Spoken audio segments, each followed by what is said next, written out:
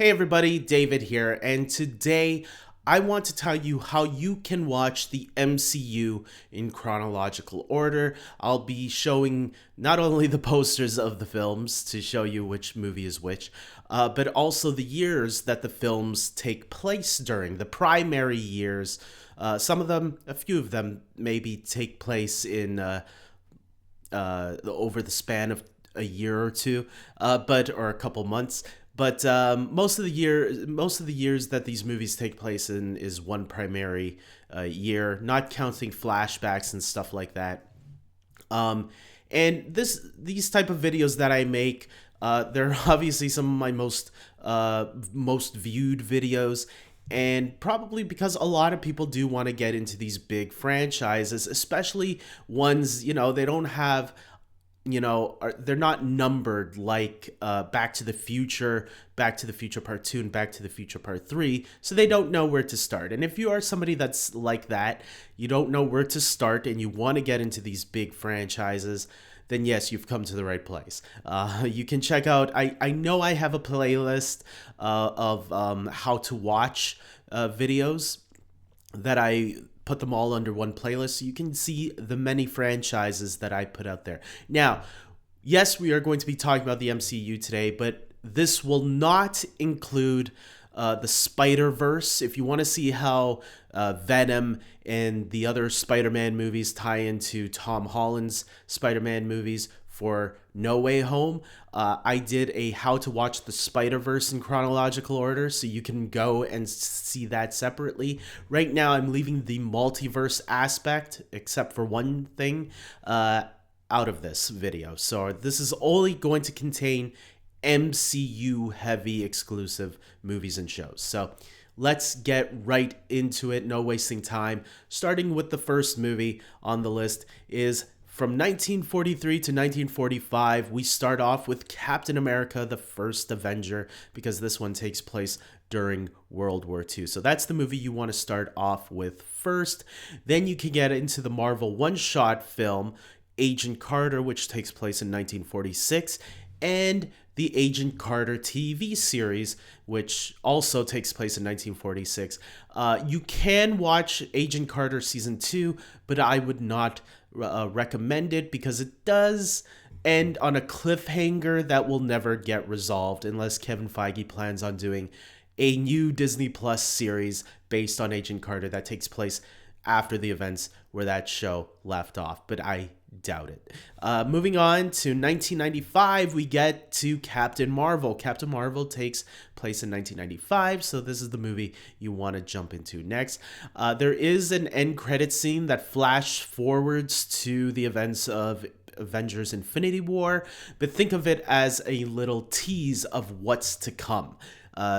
There's another end credit scene, but it's more in the present day, giving you a little fun fact on where a certain object is in the MCU.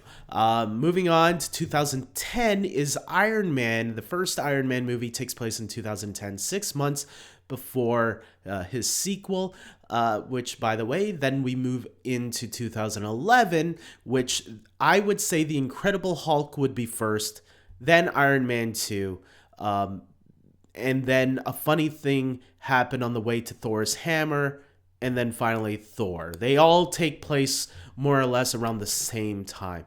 And then after that, the consultant comes afterwards. So you're probably wondering why The Incredible Hulk first. Well, because all of these things go along at the same time, I feel this structure is a little bit better. If you watch The Incredible Hulk first, there is the ending that you're going to see tie into the consultant. I feel like that scene at the very end of The Incredible Hulk, you'll know the scene what I'm talking about. I feel like that scene takes place a couple weeks after all of these movies and shorts happen. So that's why I would put the consultant last and the Incredible Hulk first. Next up, we go into 2012 where we see the Avengers finally unite with the first Avengers film. Right after that, Item 47, which is another Marvel one-shot short film. Now, I place Iron Man 3 at the end of 2012, December of 2012, because it does take place during Christmas and or New Year, one or the other. And even though on Disney Plus it says Iron Man 3 is after Thor the Dark World for some reason, before they didn't have it that way, but for some reason they decided to put it that way now, and I didn't understand why. There's nothing in Shang-Chi and the Legend of the Ten Rings that signifies or lets us think that it takes place in 2013. So I would just keep Iron Man 3 here at the end of 2012. The only thing I can think of is that in 2013, there's All Hail the King. Now, before I had this after the next movie, but I'm going to put it before this movie because it just makes sense. You watched Iron Man 3 and then you want to see the fate of Trevor Slattery, which does set up Shang-Chi and the Legend of the Ten Rings, something that happens in that movie. Next up, you also get Thor the Dark World in 2013, so there you go on that. Then we enter 2014 with Captain America the Winter Soldier. After that, we get into Guardians of the Galaxy, and then Guardians of the Galaxy Volume 2, which takes place 4 months after the events of Guardians of the Galaxy 1. How do you know? Because Groot is now Baby Groot. You'll understand why he becomes Baby Groot after.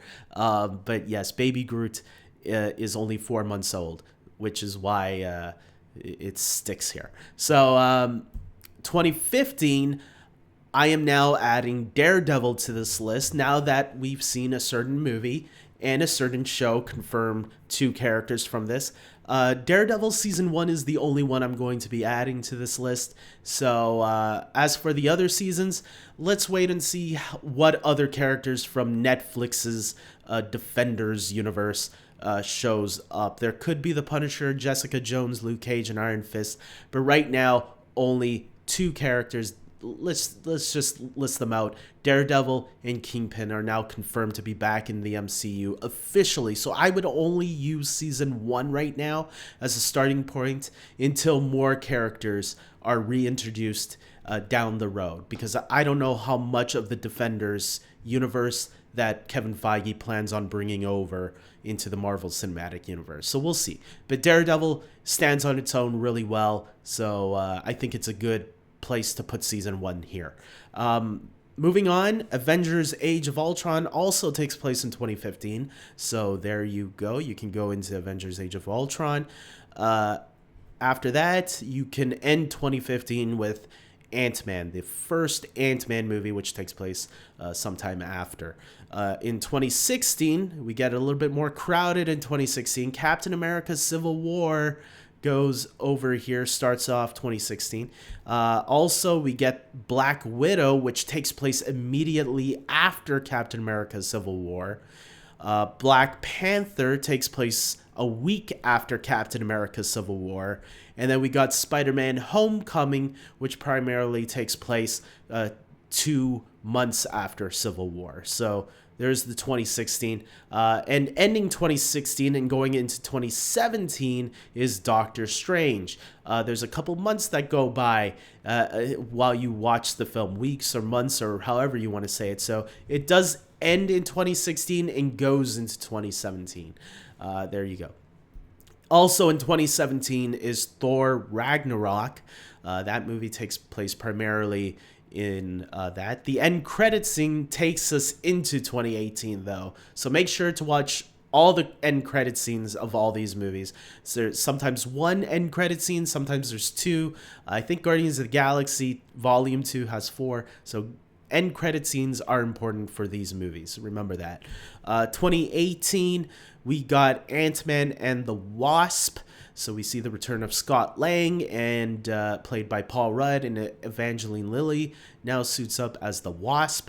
2018, we also see Avengers Infinity War, which leads us into 2023 with Avengers Endgame, where that movie primarily takes place. So there you go. Right after Endgame, you'd want to go into Loki. Loki doesn't really have a year that it takes place in, so I put not applicable. but it does take place immediately after Endgame. When you watch Endgame, you'll understand why it takes place immediately after that.